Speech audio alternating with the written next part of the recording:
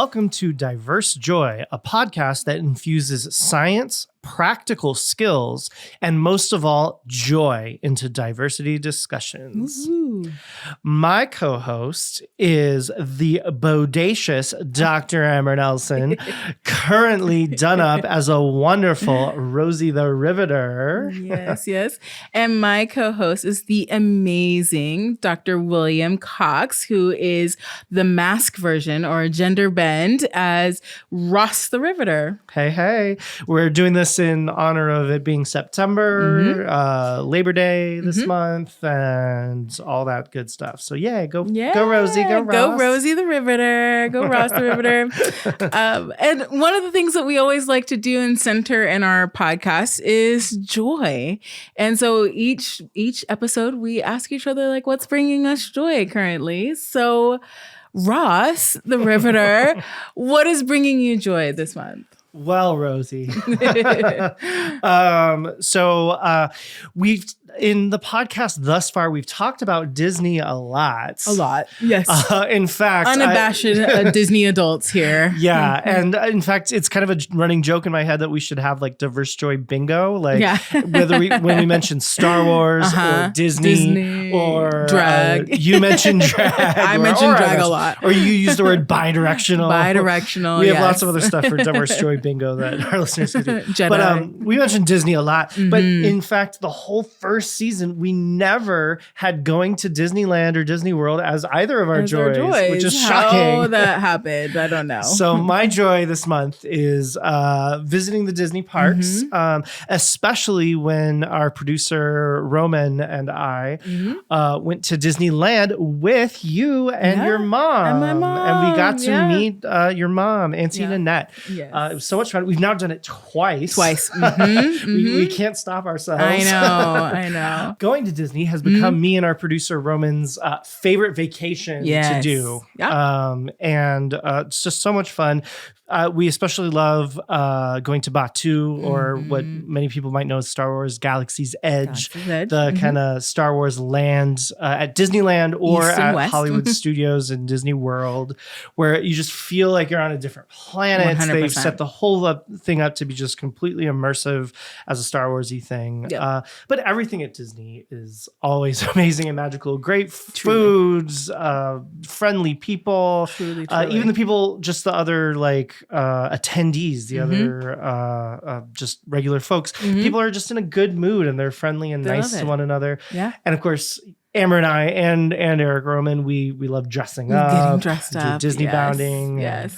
And I don't know, just going to Disney and then meeting your mom. I wanted to specifically call out Auntie Nanette. Your mom was so loving and accepting when she met Eric Roman and I, and so gracious to allow us to crash the vacation with you.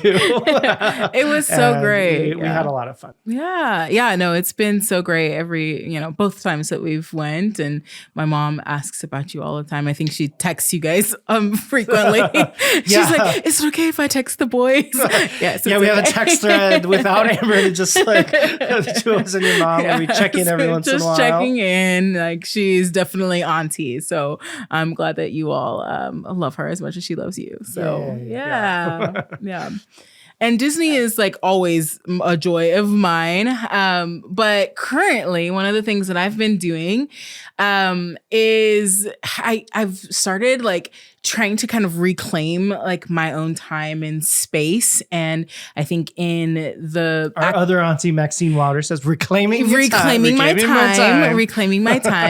And I think in the space that I've been in academia, a lot of times any extracurricular reading that I've been doing or anything like that has always been educational and academic. And so I've been kind of reclaiming reading for my own self. And so one of the things I've been doing has been reading and or listening to audiobooks that are just for fun, but that are series that I've never consumed before. And so then I'll read or listen to an audiobook and then watch the movie based on the book and do that throughout the series. And it's been a really cool just experience. So I started with Harry Potter because I had never read the Harry Potter books growing up. And so I read and listened to a Harry Potter book, then watched the movie and then the book, the movie, and did the whole series. I did that with Hunger Games. I'm currently going through Dune, which is really just one book. Well, actually it's multiple books, but there's only 2 movies out right now. But there's multiple books and then there's like multiple versions of the movie. And so I'm starting to kind of dive into Dune a little bit and figure out all of the lore and everything around Dune and the books and movies. And so that's been a lot of fun. Yeah. So I wasn't into Dune when I was younger, but when the new Dune movies started coming out, the first one of the 2 modern ones, I got into it. I hadn't read the books, but I did go back and watch the one from the 80s. Yeah. Has Patrick Stewart in it, playing a very different role than I'm used to Patrick Stewart in, but the one from the 80s was pretty trippy.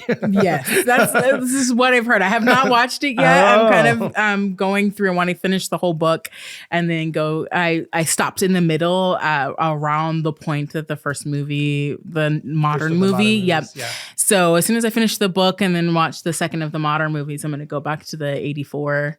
I really enjoyed the 2 modern movies. Timothée Chalamet. I think it's the first thing I've seen him in. I know he's kind of a big star now, but it was the first thing I'd seen him in. Yeah. And he charmed me. I was like, I can't get behind. And then of course Zendaya. Yeah. Love her and everything. I mean, but, amazing. And their chemistry. And have you seen the second one yet? I haven't seen the second one yet. Oh, their chemistry and their storyline in the second one is very cool. Yeah. So you have that to look forward to. I'm really looking forward to it. I'm almost impending joy too. I know. Yeah. That's the other part, is the excitement of being able to like know that there's movies or there's something else to like get caught into after I'm finished with a book. So that has been just a really, really fun thing for me. And the next one after Dune I'm going to do is Lord of the Rings, which I've also never watched any of the movies or read any of the books. So I know. So if anybody else has any recommendations of series and movie, like books and movies that I should watch, please let me know. Yeah, you can submit that at diversejoy.com and those emails go to me and our producer, Eric Roman Binding. Yeah. But we will forward it on Share to Amber. Share with me. Yes. Yeah. Yeah. Oh, that's amazing. Yeah. If I could interject for a moment. Yeah. Yeah. When you get to Lord of the Rings, you might want to listen to Nicole Byer and Lauren Lapkus's podcast called Newcomers. Oh, okay. Oh, they do that with a bunch of new things, the right? Lord of the Rings series. Yes. Ooh, and we love Nicole Byer. We do love Nicole Byer. Awesome. Thanks, Roman. All right. So getting into today's discussion topic, Amber, this is something that you've lectured on and thought and talked a lot about. So you want to get us started? Yeah, so I wanted to talk about decolonization. So it's something that I talk about a lot, or I mention and throw out there frequently without necessarily giving a whole lot of context for why or what I mean by that. Yeah, I think it's come up in the podcast a couple of times, like colonizing, decolonizing. Yeah. So it relates to kind of places like the U.S. being originally a colonized place, a place that had indigenous people, and then Europeans came in and colonized it, and it's kind of the whole setup of our culture in important ways, right? 100%. Yeah. And so the reason I wanted to bring it up again is because I throw it out there a lot. There are a lot of other people and movements kind of talking about decolonization work. And I wanted to give some context around how I use it and how a lot of other folks will use it, like decolonization, decoloniality. And really what it is that there is this piece that's really historic around what colonization is, where we have these kind of European countries that come in and take over the culture and status of a space and kind of reorganize it based on that Eurocentric perspective. And colonies, like literally creating colonies. This is what colonization stands for, right? Correct. often really used through like really destructive and violent means as well. Genocide. Right? Genocide. And really making sure that I'm acknowledging that that's a big part of what colonization is and has been, destroying kind of cultures and existing structures of spaces. Currently, especially in like academic spaces and other places, there's one way of going about decolonization work, which is more indigenizing, right? Like bringing back what are the indigenous practices and beliefs and values and culture of the space, and kind of bringing that back in and moving out some of these more Eurocentric ways of being. What I tend to like to talk about is thinking about decolonization as a decentering practice. So if we think of like whiteness as a construct, not just like as a group of people or a skin color, but just like this practice of what Eurocentric practices were brought during colonization. Things like feudalism and individualism and capitalism and like all of these things that kind of come with a specific practice, not necessarily based on the color of the skin, but kind of whiteness as a construct, right? Historically European cultural ideas. Exactly. If I may share please. an example. Yep. Just as you were saying that, of course, it makes me think of some things from my heritage, Hawaii. So there's a lot of that in Hawaii. And like, if I ask the listeners to imagine, what's one of the first things that comes to mind when I say Hawaii or Hawaiian people, it's hula dancers. Right. And so that's a huge thing where colonization has really affected that. So before colonizers came to Hawaii, hula was primarily done by men. And missionaries and colonizers who came there brought this Eurocentric idea that, well, no, it's not men who are supposed to do, kind of fun dancing. It's women. And so the idea of the woman hula dancer and the grass skirt and all of that, that was something that was imposed on the Hawaiian people by Westerners. Yeah. And so it became this thing where now we all think of this as, ladies who are hula dancers. Right. But really, historically, it was men. And so that's one thing in Hawaiian culture that people try to decolonize, I guess, would be to have men doing that more. Right. But then also it gets complicated because now we have several generations of women who have done it. So it's become this cultural thing for them. Right. But then it's not the same way as the far off history, but so our more proximal history. We don't want to disregard that. Like my mother taught me some hula like when I was a kid. Yeah. And that's, something I associate very much with her. And the point being, this is complicated. Right. 100%.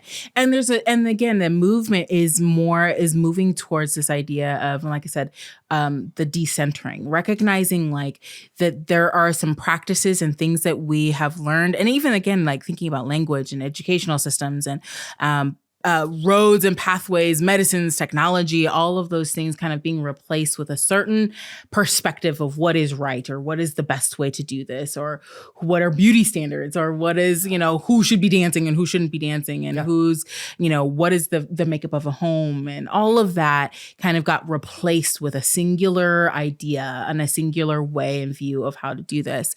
And so the move is to say, how do we kind of rethink that? How do we go back to reclaiming, right? Reclaiming some of that. Maybe not necessarily totally letting go of some of the new practices, but also reclaiming some of the historical pieces. And it can be something you integrate, which I think 100%. Is what you're saying. Yep. So, they're good ideas from any culture.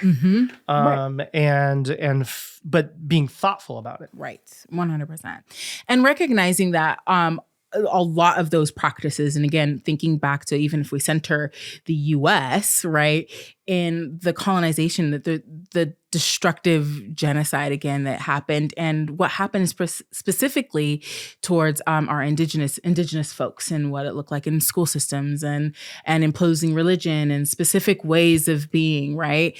That what we're doing is what it is that was built for a particular group by a particular group to advance a particular idea, right?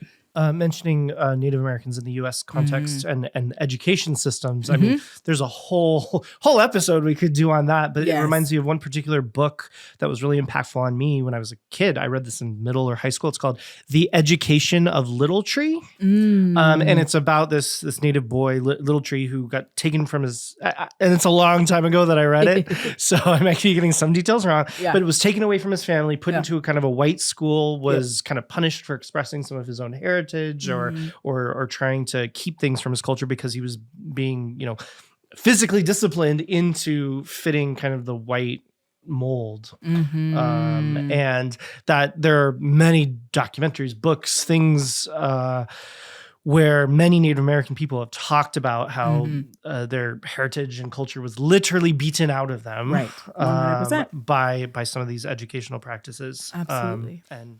Yeah, and that's what I talk about when we're saying decentering and kind of acknowledging is that it started back then, and now we have now adopted certain practices and certain ways of being that historically had that beginning, right? It was like literally beaten out of folks to present or act or learn a certain way.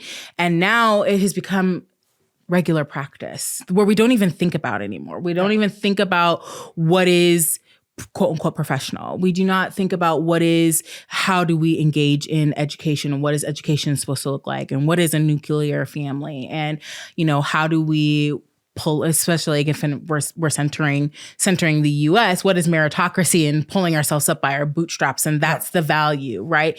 That we have adopted these values and practices without questioning where they come from or thinking about, are there perspectives? Are there cultures? Are there people? Are there things that are missed or marginalized or oppressed by continuing to reinforce this one singular way of doing things? Yeah. One thing that it brings to mind for me is just leadership styles 100%. In general. And there are lots of ways that we can talk about that, but decision-making and leadership in if I'm using your terminology correct, in a colonized sort of way, it's very much there's one leader and everyone listens to that one leader. Right. So one boss, and in academic systems, one chair of a department, one CEO of a company in corporate. And it's, why are things set up like that?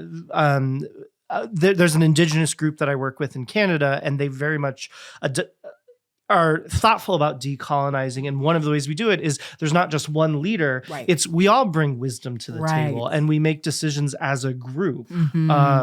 And that's one way that I think about this kind of thing a lot. I've been in research labs. I've been in like even just the general graduate school program, you have an advisor and that person is basically the boss of the lab. Right. And I'm not even saying that's wrong. Kind of leadership is wrong all the time or anything, but it doesn't even get examined is part of what you're saying. Exactly. And that's a big part of it is saying like, how can we move it from one way of knowing to multiple ways of knowing and multiple perspectives. So one visual that I like to use often is thinking about like the ways in which we've always learned to do things is like a boardroom, right? Like a boardroom is one long table with that chair or the person at the head, right? And they are the one that's kind of the decision maker. They're the one that's leading the meeting, the discussion, and kind of the decision maker. And decentering and decolonizing work is really moving from that one person at the center, one perspective, kind of an ultimate knowledge to a round table and of being a round table discussion where there isn't one singular head necessarily, but we're infusing multiple perspectives and being able to do something that is collaborative. And it may still end up being the one person or the head person or quote unquote white perspective that you land on, but it is taking into consideration multiple points of view, multiple ways of knowing, multiple ways of being in a space instead of just defaulting to one singular way of doing it. Yeah. And the thinking of the kind of one leader at the head of things, it makes me think of how that can exacerbate existing kinds of biases like we talk about in other episodes. So, I mean, if we're resulting in, if whatever our decision-making process ends up being one leader, it's not even that the leader necessarily is a white, straight man or anything, but it's going to be that one person's perspective, whoever's in that role. Right, for sure. Yep, yeah, this is the round table. And I think it's also really important to note that it doesn't have to just be, like you said, a white cis-het white person, male, that is perpetuating this. We've all internalized so much of this, whether it was physically we're going to talk about intergenerational trauma in another episode, but whether that's intergenerationally passed down from when it was beaten out of us, or it was just the ways in which we have learned as a culture to consume and reinforce certain narratives and certain biases, right? And so even I, as a Black woman, as a fat Black woman, I still have internalized racist things. I still have some internalized colonized ways of being and ways of interacting because I've learned in a colonized system, right? I've learned in a white-centric system. And so there are things that I will do and say that are still white-centered or colonized because I will catch myself that, I've never tested that, or I never thought about that, or, oh my God, I just said this and it reinforced this stereotype or reinforced something that's actually anti-Black and that's not actually promoting me or folks like me in these spaces. Yeah. That makes a lot of sense. Mm-hmm. And back to this idea of kind of white centric, but that not necessarily meaning white people. Right. It doesn't necessarily benefit white people or in every instance or all the time. Sometimes it's just kind of, I'm thinking about it now. I like the concept. I've definitely been in situations where I think the kind of top-down kind of leadership style, I think, has stifled opinions of people who are not in the leadership position when really we could have been better off coming together on things. Mm-hmm. Mm-hmm. Yeah, and again, the idea is really questioning how the socialization matrix, right? So how we have unquestioningly accepted what dominant culture says is correct and right, rather than sitting with and saying, like, how do we recognize that the distribution of power is part of every relationship and that distribution can be asymmetrical, and to make it as symmetrical as possible to redistribute power and redistribute perspective.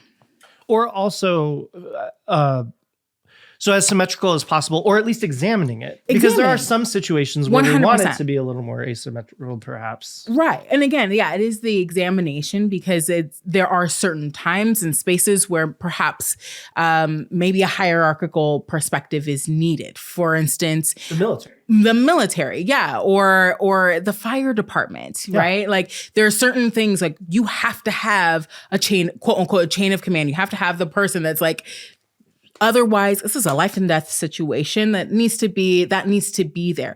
And there are also other spaces, even within maybe the military or the fire department or something like that, where you can infuse other perspectives. It may not be in every single thing, but there are places in which we can re-examine this and why it's there in the first place. So the fire department or the military, when it's not an emergency. Right, exactly. Like when we're setting what our policies are. What are our HR policies? Yeah. Or how do we set up the barracks in a 100%. military context? Like does that need to be 100% top down? Like, well, no. And I'm not speaking from personal experience there. I'm speculating, there might be, but also what I like about this is it's also respecting the expertise of the people in that context. Exactly. Like, you and I are not dictating what the army should do.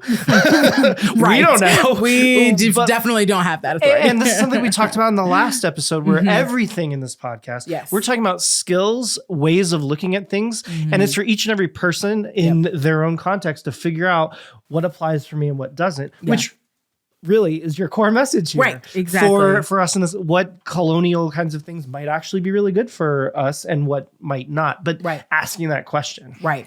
And asking that question around like, how might this be reinforcing some negative things, right? And how might it be reinforcing oppressive narratives or further marginalizing certain groups or further benefiting certain groups and marginalizing others, right? Like you talk about unintentional bias all the time, right? And that's what I'm talking about. This colonized perspective or and going about it in a single way is just reinforcing these unintentional biases that we've just certainly adopted.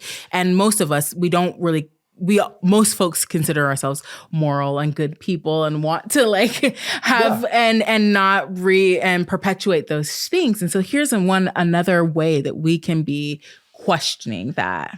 I often, when we started talking about this, I was kind of like, hey, Amber, this is going to be more of your heavy lift. Like I don't use these terms, the colonizing, decolonizing. I don't talk about things as white-centric as much. But actually, like, as we're talking about this, this is something that's woven through all of my work. And I often talk about it as cultural inertia. So if you're not examining things, if you're not questioning things, they're going to just kind of continue of their own inertia with the way things have already been, with the way structures are set up, with the way biases are built into your mind.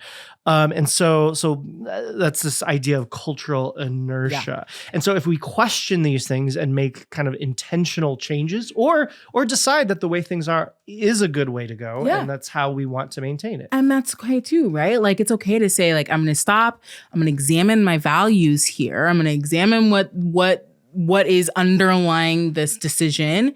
And if I'm saying, and I still think this is what we need to do, or yes, we all still agree that this is the best way forward, that's okay, right? It's not saying that the colonized way or the white-centric way or the whatever way is wrong. It's just saying like, can we slow down, re-examine, and then move forward? Yeah, can we recognize that, the way things are is because they've always been this way. Right. And there's always, re-examine. Yeah. 100%. Yes.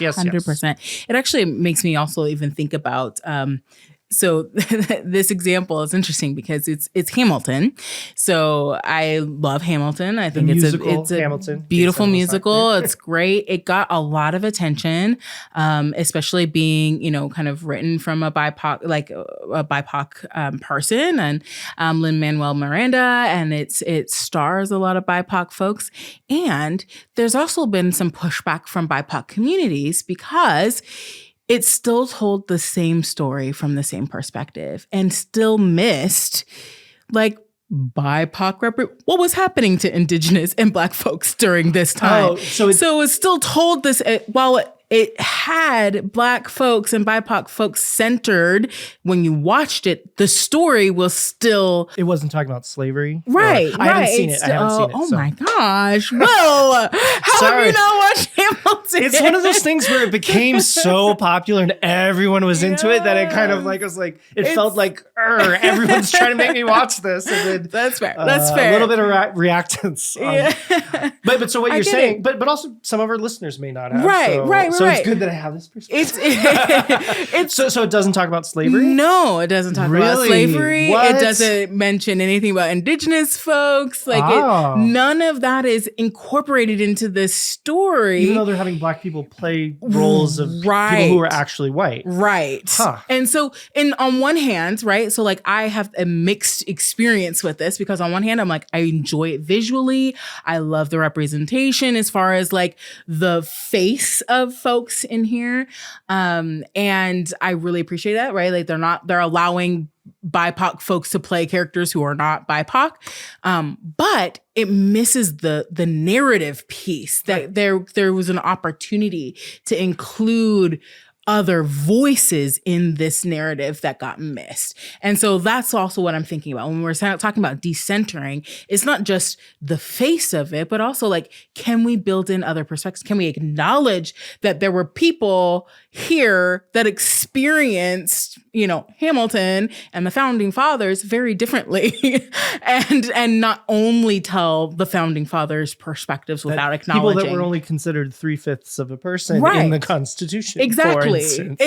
So there's like that piece of that. So like, what does it mean for us to at least acknowledge and at least bring in multiple stories, multiple perspectives of the exact same thing? Well, and keeping with our theme of, it's not that one way or the other way. Right. So we can also still celebrate the good things about Hamilton, Absolutely. even the faces and and then have this conversation about it, because we say this often with our recommendations, not every piece of media has to do everything or even could. Right. So we can have the conversation and still love Hamilton. 100%. What is it? Both and? It's both and. One of your other diverse joy bingo squares. Bingo square, both and. Yes. Yeah, absolutely. I love it.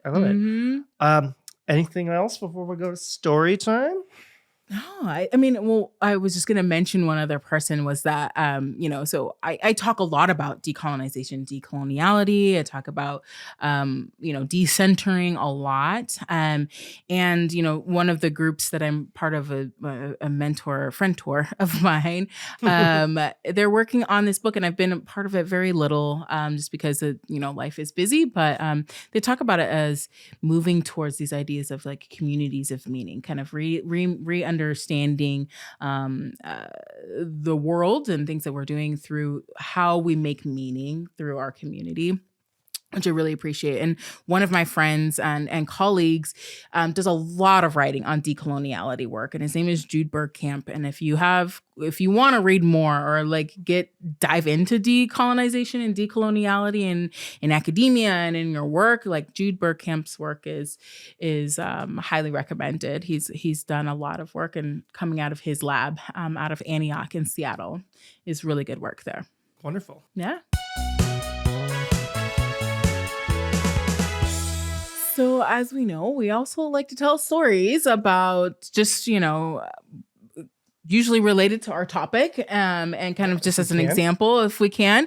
And you have a couple stories, I thought. I do. So we always, if at least our iconic way of doing it is one more negative story and then one more positive to bring back that joy. So the more negative story. So this comes from a group that I work with in Canada. It's called the CSI group. We like to joke about CSI, like crime scene investigation, but it stands for Cultural Safety for Indigenous People. That's cool. Very cool. And so it's working with a bunch of Indigenous folks, especially in Canada. What we in the U.S. people who we in the U.S. would call Native Americans typically, but Indigenous peoples is the term we use in Canada. And so among this group, they're from all over Canada and mostly related to the medical domains. But I was with them on a retreat earlier this year for about 3 days. And, we were doing our work, working on projects and so on. But also they shared just kind of stories, kind of, chit-chat, gossip kind of stuff. And there was something that kept coming up that was very interesting relating to this kind of colonialism kind of stuff.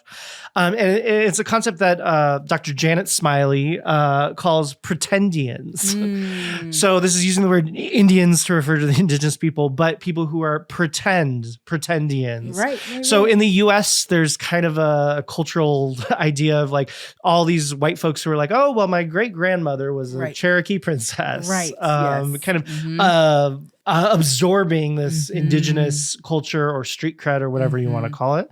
And this has happened in several big academic contexts that my colleagues in this group have shared, where there's someone who took on a role as kind of the indigenous people's liaison with a big university or hospital or something. Yeah. The person running their Jedi work related to that kind of thing, who said, "Oh yes, I'm Native." Right.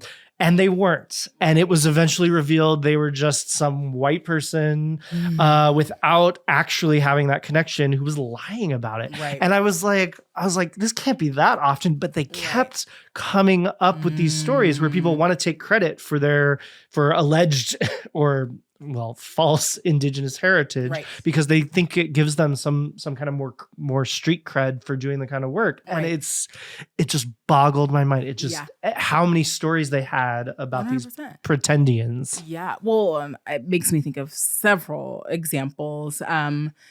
Two that I'll mention. One is Rachel Dolezal is the most famous and who she claimed to be transracial, like yes, which is a whole other concept. topic that we could have a whole conversation about. If race is a construct, then how come she can't identify as Black? That's a whole can of worms that we don't need to get into right now. But yeah, she kind of lived her life as a Black woman and became a president of the NCAA in Seattle. And so, that being somebody similar. Oh, did I say NCAA? Oh, NAACP is what I meant. Rachel Dolezal and NAACP, my bad. And it also made me think of this book that I actually really love. And it's called Yellowface. If you haven't read it, definitely recommend it. It's interesting, fascinating book. But it's about, the whole premise of the book is these two authors, one white woman and one Asian woman. And the white woman ends up stealing a book, a whole manuscript of her Asian colleagues just after she passes away. This happens in the first couple pages.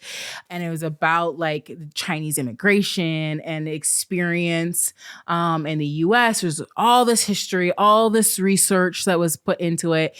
And after she passes, this white woman steals it and then publishes it under her own name, but uses her pen name, which is her middle name, and it's Moon or something like that. And so it's kind of racially ambiguous. And then her whole production team starts to try to take racially ambiguous bio photos and never really mention She's wearing her sunglasses. race. Right. I'm guessing. Right.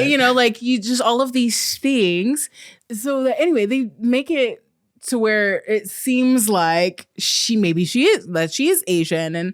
And so it's all from her perspective, and you can hear her justifying what she's doing, but you can see the cultural impact also too, is there people are having these conversations. But these times, right, when folks are also trying to put on a face to reap benefits, the pretendians, right?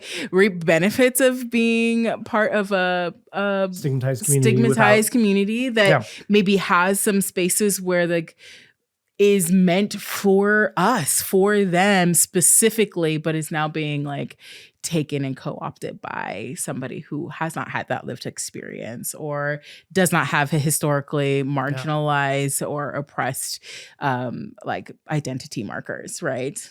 Yeah, absolutely. So that was the kind of more negative stories idea of these pretendians, and also more positive story. So this relates to our outfits, and it being September and Labor Day month and all of that. So this isn't really a bias kind of thing, but it's something just from my life. So many years ago, back in 2011, I had cancer. And now I'm fine, by the way. I've been cancer-free since 2011, and huge. We're at the point where I just get tested every 5 or 10 years or something. And all been good since then. But, it was a hard time, big, difficult health thing to deal with. But luckily, so I was still a grad student at the time, I had very good health insurance. And that was thanks to negotiations from the graduate student union that they had negotiated long before I was even, on the scene. And so as the kind of positive story, I was able to get through that health crisis, have it covered. That's the sort of thing that some people, they go into debt and it can ruin them financially. No kind of problem with that, even though I was a grad student and did not make very much money. And so while we're dressed as Rosie and Ross the Riveter and talking about that kind of thing, I wanted to the benefits share of that a kind of positive union. story. 100%. And kind of that collective bargaining and moving towards collaborative work, right? I think that's also along the lines of this decolonization is moving away from the companies making a decision you have no say, but moving towards we're going to do collective bargaining. We're going to have a collective voice in this. And what benefit, so many benefits come from it when we have a collective community perspective being bred in. And benefit from it, right? Absolutely. Like you being able to benefit even as a literal grad student. Yeah. Right. And health and cancer, like you said, is a huge one that people like go into so much debt or don't get their stuff covered, or, so much can come from that. So that's huge. Yeah. So more positive stories. Yay. Awesome. Looking forward. Next, we have an audience question. Yes. Amber, you want to? I do. Let me pull it up. First of all, they said that they loved our episode and to say thank you for the education. And what they said is that I'm wondering how to incorporate and practice Jedi when I'm surrounded by white folks. Specifically, I live in rural Wisconsin town, which must be about 98% white. So how do I change my brain and make Jedi a functional practice or habit in a fully white space? So I have lots of thoughts about this. This is something I work with people on all the time. And first off, just asking the question is a great first step, trying to think about these kinds of things. And I have a quote from John Amaechi. And he's talking about kind of doing this sort of work, especially in spaces where maybe Black people aren't, or white, or women aren't, or LGBT people aren't. And he says, this is important because the presence of a Black person has never been required for racism to occur. The presence of a woman has never been required for sexism to occur. In fact, and I'm going off the quote, very often we know that sexism, racism, whatever kind of prejudice, we know that what that actually looks like is those people not being at the table. Right. It's a room where there are no people of color, and that is the kind of racism or racial bias. And so the way I often talk about this is to think of it in terms of you're speaking up related to values, right? Not necessarily like, well, all the Black people probably think this. Well, don't speak for someone else who's not. Don't speak from the perspective of someone else. Speak in favor of equality, of fairness, of justice. Center your values related to those things, and share your best perspective of how to achieve those things. Absolutely. It's like what you say about integrity, right? Like integrity is doing quote unquote the right thing when nobody's looking. Yeah. So if part of your values and integrity is justice and equality and inclusion, then regardless of whether there's a specific person that you are advocating for in the space or in the room, you're advocating and pushing for those values in that space. Absolutely. Yeah. Also extending this to like LGBT related things. For instance, 100%. In pretty much every room, there's not going to be a lot of LGBT people just by numbers. It's always going to be a predominantly straight place, unless it's like an organization that's, for LGBT people. Right. But again, speaking up to these values. Absolutely.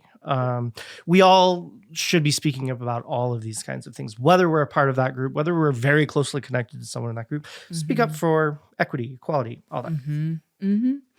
100%. And I think a lot of my work has always been in predominantly white spaces, which I think, if I speak to folks who do belong to minoritized groups and trying to speak into that in predominantly white spaces is, again, finding that recognizing the value, recognizing speaking up for your own benefit, as well as those that may come after you. And those are the things that I really hold on to. It's I'm not just speaking up for me. I'm trying to provide context for us to be better.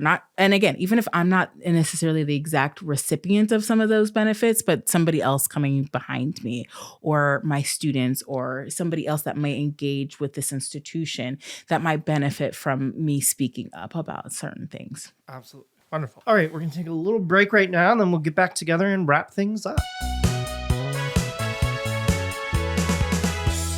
All right. So, what is our habit-breaking skill for today? Awesome. Our habit-breaking skill, it's kind of building on one we've done before. So in an earlier episode, we talked about learning about untested assumptions. Right. So this relates to the kind of cultural inertia I talked about earlier, but also cognitive inertia. So similar sort of idea in your brain. If we're not kind of questioning things, the default is for the kind of habitual way of doing things to just continue. Cool. So our skill is questioning assumptions. So it relates to everything we've been talking about today. Asking, why are we doing things this way? What is going on here? Right. And just kind of questioning things. Doesn't even mean that the way things are is wrong. Right. But we can question it. And you have some thoughts. Yeah. I think just asking yourself, are there perspectives that are missing here?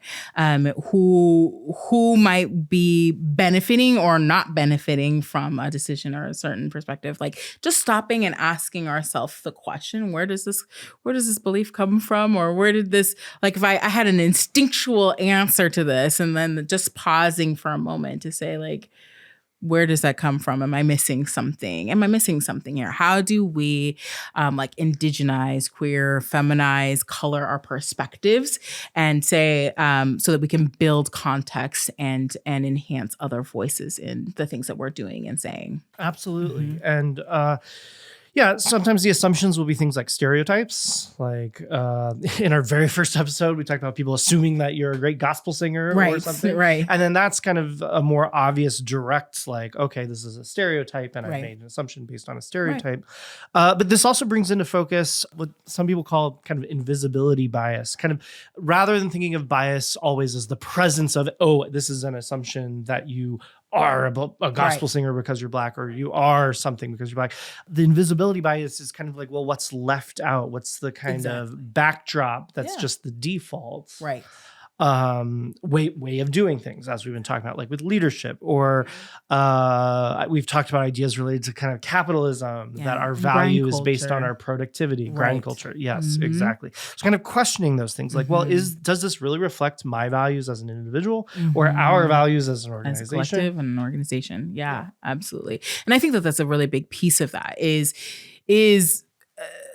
pull again, and I've said this several times over and over and over again, but just pulling back and not just taking even our instinctual responses as gospel truth, if I were to say that, right? That reminds me of Hercules. But not to just take it as the singular truth, but just saying like, I had no hesitation in this. Why did I not? Like, where did that come from? And is this reinforcing maybe a colonized perspective or a singular perspective or something that maybe further stereotypes or marginalizes groups? Or what's missing? What's missing here? Am I missing anything? And if not, then to proceed. That's okay too. Yeah. And it kind of brings up kind of snap judgments, gut reactions. 100%. Very often those reflect stereotypes, but not always. Right. So sometimes our kind of gut reaction reflects our brains picking up on something that's making us uncomfortable. Right. That we weren't fully conscious of. And so, I definitely caution people about gut reactions about other people, that how it might reflect stereotypes or biases or so on. But again, it's questioning it. Yeah. If you feel unsafe with someone, well, is it that coming from a stereotype, or is it coming from actual data, actual evidence that maybe that is an unsafe person, that sort of thing. Absolutely. It's as you like to say, both and.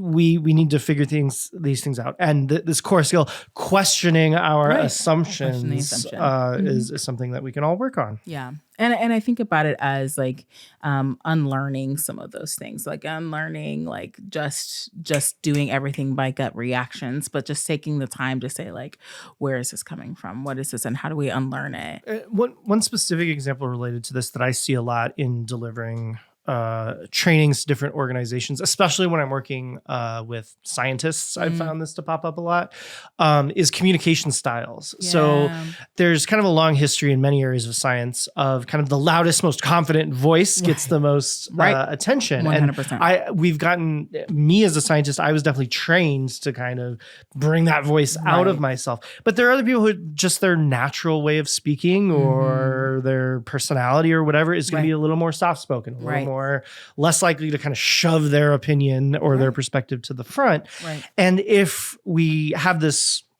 assumption, maybe not even conscious assumption, that the loudest voice is the one that has the best idea, if we don't question that assumption, then we miss out on many different kinds of voices. 100%. Right.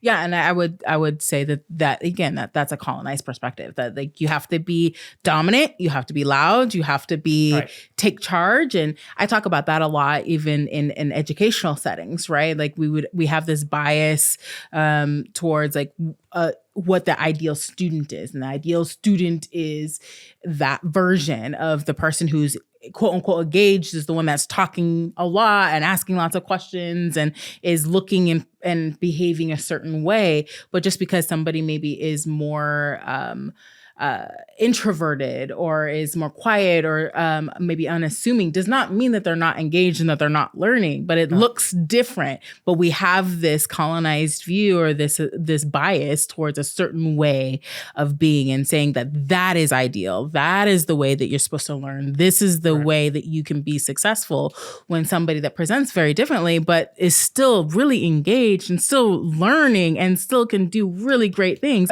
It just looks different. Yeah. And someone who's quiet and listening more, that maybe they're picking up on more detail, more connections between different people's perspectives. Right. They're witnessing and seeing things more in a way that is very beneficial and just, looks different. Absolutely. The kind of assertive communication style, not for everyone, but also tends to be a bit more male. Right. Or maybe males have been socialized to do that more. Right. And so that's one area where, to use your terms that we're sharing today, more colonized perspectives work on getting women to speak that way more, when perhaps we're better served by questioning the assumption that that's even the better way to be. Right. Maybe more ways of communicating that have been socialized more into women might actually be beneficial for everyone. And we should, instead of telling women they need to speak in a more male kind of way, telling everyone we need to create an environment where both ways of speaking are more accepted, or maybe even the more the less dominating way of speaking is more encouraged. Right. Absolutely. 100%. So questioning these assumptions about all these kinds of things, norms, all the above. And again, like thinking about the unlearning, and there's this quote by Sonia Renee Taylor, and I'm going to read it. She says, "Unlearning is challenging. Do not expect neat, tidy resolutions or assume that we will instantly fix the world's ills in a single dialogue. We can, however, get closer to those goals if we are willing to be uncomfortable." So in those spaces, in those times when we're feeling uncomfortable or those things that come up, and we stop to question ourselves, even if the answer is like, "Oh yeah, I don't actually believe this," or "this is a really colonized way," the ways in which we can unlearn and the ways in which we can move forward are being able to get comfortable in the discomfort. Absolutely. So discomfort. So the habit model that is the foundation of so much of what we do. Breaking a habit is uncomfortable because the habit is comfortable. It's the easy default way of doing things. And so, yes, embracing that discomfort. And it's also speaking to that last component of the habit model. So there's the motivation, awareness, tools, and effort. So our questioning assumptions, that's part of the awareness component, kind of trying to become more aware of why we're doing things we're doing, how things are playing out. But then that quote is tapping into the effort component. Yes. It takes work over time. There's no quick, easy fix for most things. Yep. We have to be comfortable with the fact that we have to keep working at it. Yep. Absolutely. Heck yeah. Yeah. All right. Expanded thing. Yeah. That's great. All right. So as always, we like the bread of our diverse joy sandwich to be something joyful. We end with these joyful recommendations of some kind of media or thing that brings us joy that we think will bring all of you joy. And Amber, you have a recommendation for us today. I do. So I am recommending the album Cowboy Carter by Beyoncé. Hey, Beyoncé. Hey. And the reason, one, is it's just a bop. Like it's a whole mood. It's a whole vibe. But I think, man, Beyonce is just so talented. And I'll be honest that I love Beyonce. Don't get me wrong. It's not that I'm not a fan, but I've never been like a stan, not like I'm like a super fan. But this album came out and I am becoming one. I think she is just incredibly talented. The number of genres that this woman has like put out in her albums, and this one being a more country leaning, or a country album, is just spectacular. It is visually appealing. The music, the whole thing from front to end is just amazing. And I want to hear more, but something you said made me kind of think of questioning my assumptions and decolonizing perhaps. So, it's not just Beyonce, it's Beyonce's team. Right. Because she doesn't write all of her own songs like some artists. And, we can kind of think about, there's the one artist, and that's maybe a colonized way of being like, oh, the one star and all they do. Right. But really, Beyonce is a team. It's her family. Yeah. It is everyone around her that helps make her so great. And I don't know, maybe I'm overthinking it, but there's something to that. The Beyonce team, the Beyonce brand. For sure. Well, and not to underplay her talent. For sure. Well, and even the album itself being country, that people were trying to reject it as country because she's Black and therefore she can't do country music or whatever. That is like this. Black country artists have always existed. Let me shout out my girl Brittany Spencer, an amazing Black country artist. Right. And she has a great interview on The Daily Show with Dulce Sloan, another great Black artist. Yes. Where she talks about this history of kind of Black country music that 100%. Existed before Beyonce. 100%. But people don't always give it the credit that it deserves. 100%. And she's on this album. And specifically in the song Blackbird. So that Blackbird is a remake of the Beatles song that was written by John McCartney. John, right? I'm not a Beatles. It's John. Paul McCartney. Oh my gosh, John. Paul. People are coming for you now. Paul McCartney. I was like, McCartney. Who is it? Paul. Listen. Just give me a break, okay? We're speaking off the cuff. We can't be perfect all the time. Perfect Paul doesn't exist. McCartney. Also, listen. This was the '60s. Give me a break. Okay. So, but Paul McCartney and the Beatles. And on Cowboy Carter, it is Tanner Adele, Tierra Kennedy, Raina Roberts, and Brittany Spencer are all featured in this song. And the reason it's so powerful, one, of course, is all of these like Black female country artists featured on this. But it's also the I don't know if you're familiar with the history of the song Blackbird. So Paul McCartney actually wrote it as like a freedom song based off of the civil rights movement and specifically the Little Rock Nine.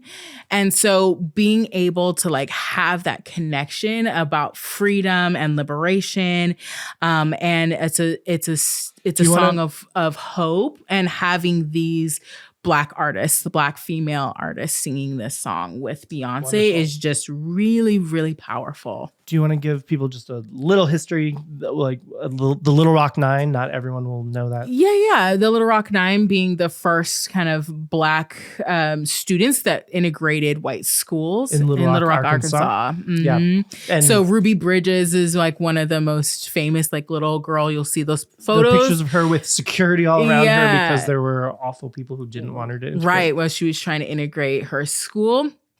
And she's still alive. She writes children's books now and goes around and talks a lot about that experience. As of the time of this recording, and has done a lot of advocacy and a lot of conversations and training and sitting with kids about what it means, what diversity is and what advocacy is and what that looks like. But anyway, that song is just so powerful with those particular voices in this particular time in this genre, and it's a bop. And it's a bop, and it's beautiful, and the whole album's awesome. So anyway, I can't recommend it more. If you haven't listened to Cowboy Carter, listen from the beginning to end. Just don't skip around. Let it play, and let it bring the joy to your life. All the joy. Also, some learning. Yeah, absolutely. Yeah, historical perspective. Wonderful. That's just so perfect for us. Yeah. Exactly what we're all about. Yeah. All right. Well, I'm Dr. William Cox. And I'm Dr. Amber Nelson. Diverse Joy is produced by Eric Roman Beining with music by Jay Arner. It is accessible as a video podcast on YouTube or an audio-only podcast wherever you get podcasts or at diversejoy.com. Also check us out at Diverse Joy on most social media platforms. If you enjoy the show, help us reach more people by leaving a 5-star review or recommending it personally. Word of mouth is one of the best ways to connect with new audience members, so we appreciate you sharing us with others. Diverse Joy is the official podcast of Inequity Agents of Change, a nonprofit devoted to evidence-based approaches to reduce bias, create inclusion, and promote equity. All that good Jedi work. Woo. Learn more at biashabit.com. Thank you for joining us. Now, go find your joy. Bye. Bye. Bye, everyone.